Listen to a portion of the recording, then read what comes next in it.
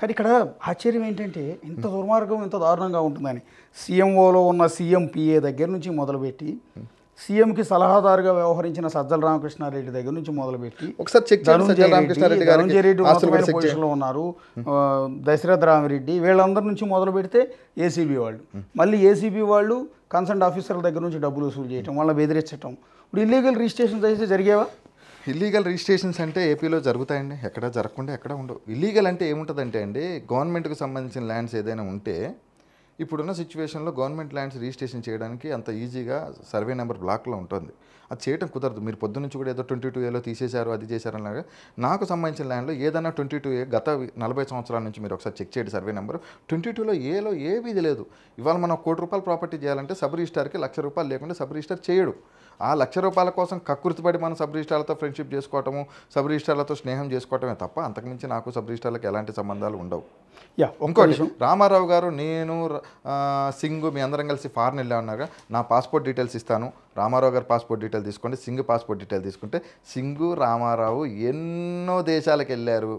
ఒకసారి చెక్ చేయండి. ఇన్ని డబ్బులు జనాలు బీక్కునే డబ్బులు ఎన్నో దేశాలకు వెళ్ళారు. ఎంజాయ్మెంట్ చేయలేక ఎంజాయ్మెంట్ చేస్తాను. నేను కనుక ఒక దేశానికి ఇండియా దాటి నేను వెళ్ళాను అంటే మీరు చెప్తున్నా కదా, ఇవన్నీ కూడా నేను ఎవరికి రాసేయమంటే వాళ్ళకి రాసేస్తాను. ఇప్పుడు చాలామంది పొట్ట గడవక రోజు కూలి పని చేస్తేనో, రిక్షా దొక్కుతేనో, పొలంకి వెళ్ళి పని చేస్తేనో బతకలేని పరిస్థితి. కానీ ఇలాంటి లంచగొండే అధికారులు, లాలూచిబడిన అధికారులు, సీఎంఓ దగ్గర నుంచి మొదలుపెట్టి ఇలాంటి బినామీల వరకు వీళ్ళు అవసరం లేకపోయినా కోట్లాది రూపాయలు సంపాదిస్తున్నారండి. ఆ కోట్ల రూపాయలు కరిగించుకోవడానికి విదేశాలకు వెళ్ళక, థాయిలాండ్ వెళ్ళక, బ్యాంకాక్ వెళ్ళక చూడండి. పాస్పోర్ట్ డీటెయిల్స్ తెప్పండి, Singh Ramarao same ticket check చేసుకోండి. ఇందులో ఏమంటాడో ఒకసారి ఈ ఆడియో కంటిన్యూషన్ చూడండి.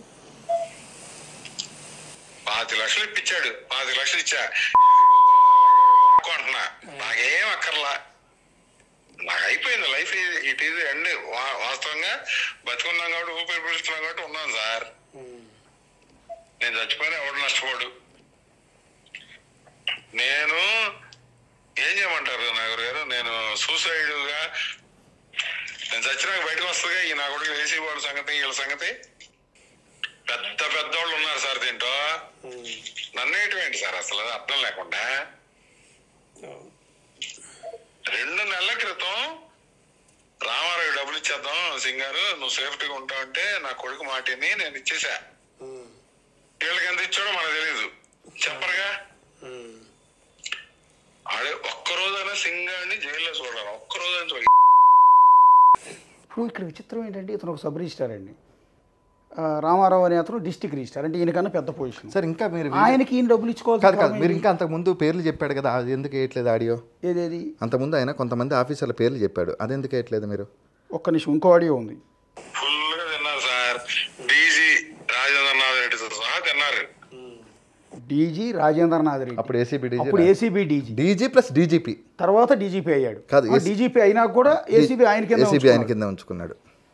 కసిరెడ్డి రాజేంద్రనాథ్ రెడ్డి మీద ఇప్పుడు ఏసీబీ వాళ్ళు అరెస్ట్ చేసిన సింగ్ నోట్ అమౌంట్ నుంచి వచ్చిన మాటలు ఇవి. ఆనాడు ఏసీబీ డీజీగా అండ్ దెన్ రాష్ట్ర డీజీపీగా కూడా పనిచేశారు.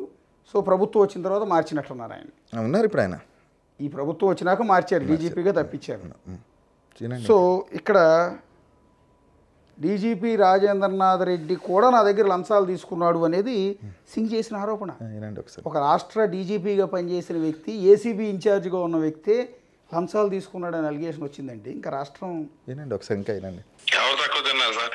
సార్ వాళ్ళకి రిజిస్ట్రేషన్ వచ్చిన నా దగ్గర పంపిస్తారు. ఏసీబీ కోర్టులో ఉన్నా మీకు తెలియదు ఏముంది, నన్ను వేసేస్తే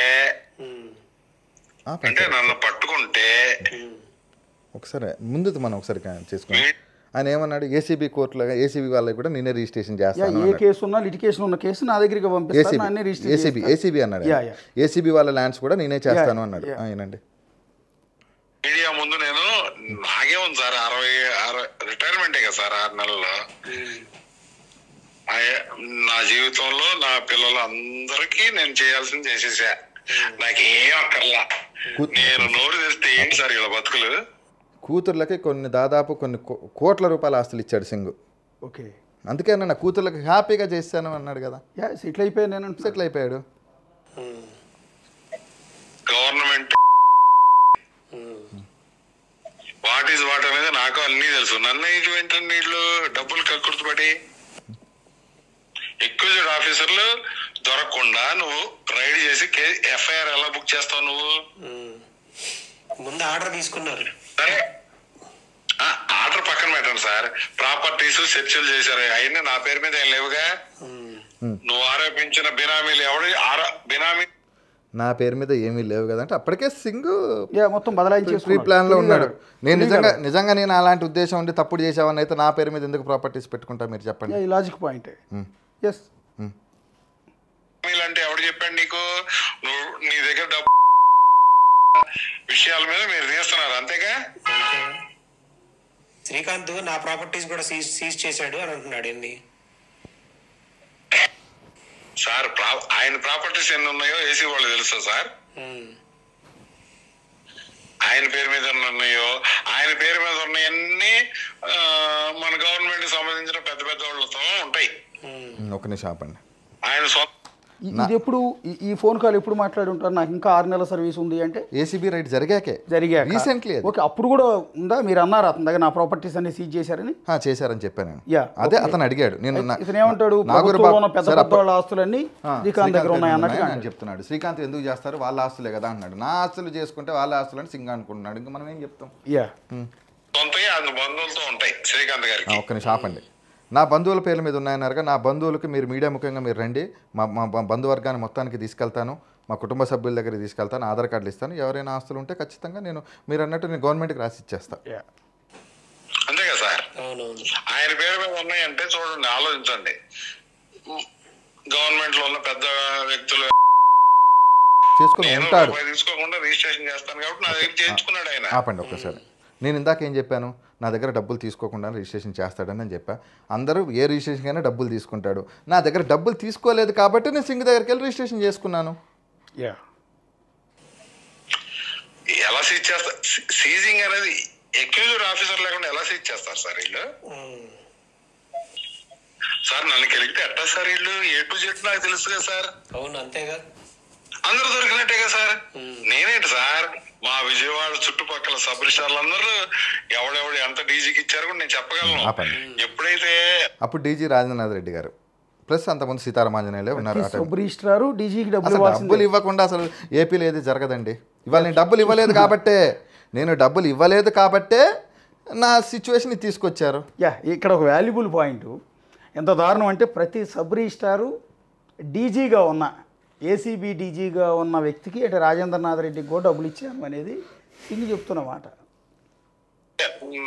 ఇప్పుడు నా కుటుంబాలను కానీ నా స్నేహితులను కానీ పిలిచి ఇంటర్వ్యూలు చేశారు. అది స్టాండర్డో కాదో పక్కన పెట్టండి. రేపు నేను ఇచ్చింది కూడా స్టాండర్డ్ అవునో కాదో పక్కన పెట్టండి అయ్యారు. నా పేరు మీద రియల్ గా పేపర్ వైజ్ గా ఏ డాక్యుమెంట్ అయినా ఏ ప్రాపర్టీ అయినా ఉంటే నేను నేరస్తుడిని. ఆపండి సార్. సింగ్ వాళ్ళ వైఫ్ పేరు మీద దాదాపు ఆధార్ కార్డ్ నెంబర్ తప్పు రాసి అది ఏసీబీకి దొరికింది. ఆ రోజు సింగ్ వైఫ్ని కేసు పెడతా అనేసి ఎందుకు అప్పుడు ఏసీబీకి సింగ్ వైఫ్ మీద కేసు పెట్టలేదు? రికార్డెడ్గా దొరికినప్పుడు ఏసీబీలో రికార్డెడ్గా దొరికినప్పుడు మీకు ఆ హక్కు లేకపోతే కన్సల్ట్ పోలీస్ స్టేషన్కో లేకపోతే ఆ డిపార్ట్మెంట్కి అప్పచెప్పేసి మీరు ఇది రాసేస్తారు, అవునా కదా? ఇక ఇది ఎఫ్ఐఆర్ చేయండి అని రికార్డు పరంగా వెరిఫై. సింగ్ వైఫ్ పేరు మీద అప్పుడున్న ఏసీబీ ఎందుకు కేసు పెట్టలేదు? సింగ్ వైఫ్ పేరు మీద 2 కోట్ల రూపాయలు 2.5 కోట్ల ఫిక్స్డ్ డిపాజిట్లు దొరికినాయని చెప్పారు కదా. సింగ్ నేను నిజాయితీ పరుణ్ణి, నేను ఏ తప్పు చేయలేదు, నన్ను అందరూ వాడుకున్నారు, నేను శుద్ధపూస అంటున్నాడు కదా సింగు. శుద్ధపూసకి వాళ్ళ కూతుర్లకు పెళ్ళిళ్ళు చేసి ఆయన సర్వీస్ ఎంత, ఆయన జీతం ఎంత, ఆయన ఎప్పటి నుంచి ఎప్పుడు పెరిగాడు, ఆయనకున్నది 48 ఎకరాలు, దేవుడికి సంబంధించిన 40 ఎకరాలు ఎక్కడి నుంచి వచ్చినాయి, దేవుడికి సంబంధించిన గుడి మొత్తం నేను విరాళాలతో కొన్నాను అన్నాడు కదా. ఆ విరాళాలు ఇన్కమ్ ట్యాక్స్ పే చేసేవారని ఇచ్చారు చూడండి. ఆ స్లిప్పులు అతనే రాసుకుంటాడు, అది ఆయనే రాసుకుంటాడు, అన్నీ ఆయనే. గుడికి సంబంధించిన గుడి స్థలాలు మాత్రమే దాదాపు ఆ చుట్టుపక్కల ఉన్న స్థలాన్ని దాదాపు 60 లక్షలు, 70 లక్షలు, 80 లక్షలు, 90 లక్షలు, దాదాపు 7-8 కోట్లు ఓన్లీ గుడికి సంబంధించిందే ఉంటుంది. ఎన్ని అపార్ట్మెంట్ సింగ్ పేరు మీద ఉన్నాయి, ఎన్ని ఆస్తులు ఉన్నాయి. గుంటూరులో సబ్ రిజిస్టార్ ఆఫీసులో రాంబాబు అతనికి బినామీ కాదా? రాంబాబు పేరు మీద ఆస్తులు లేవా?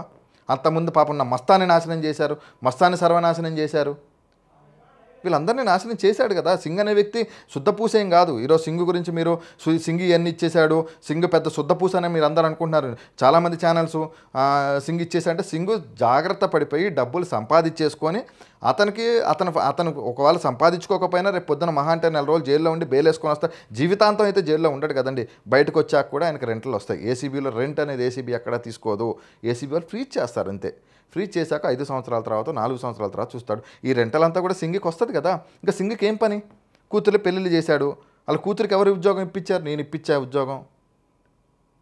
ఇవన్నీ కూడా అది ఆయనతో మాట్లాడాడు. నేను ఇది సింగ్కి గోవా ఎప్పుడు నేను 1 year బ్యాకే అన్నాడు. సింగ్ ఏమన్నాడు? సింగ్ని శ్రీకాంత్ నా కొడుకులు అంటాడు, గొడవ అవుతుంది కానీ ఇచ్చేయమన్నాడు. నేను ఎక్కడ కిడ్నాప్ చేశా? మరి కిడ్నాప్ చేసినప్పుడు ఏమైంది?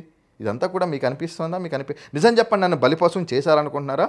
నేనేమైనా డ్రామాలు ఆడుతున్నానని మీరు అనుకుంటున్నారా? టోటల్ వ్యవహారంలో ఒక కోణంలోంచి బలిపశువులని కనపడుతున్నారు. ఒక కోణంలో అడగండి, ఆ కోణం కూడా అడగండి. ఒక కోణంలో ఏమనిపిస్తుందండి, బలిపశువుని వీళ్ళందరూ కలిసి బలిపశువుని చేశారు. For more videos like this, subscribe Big TV channel.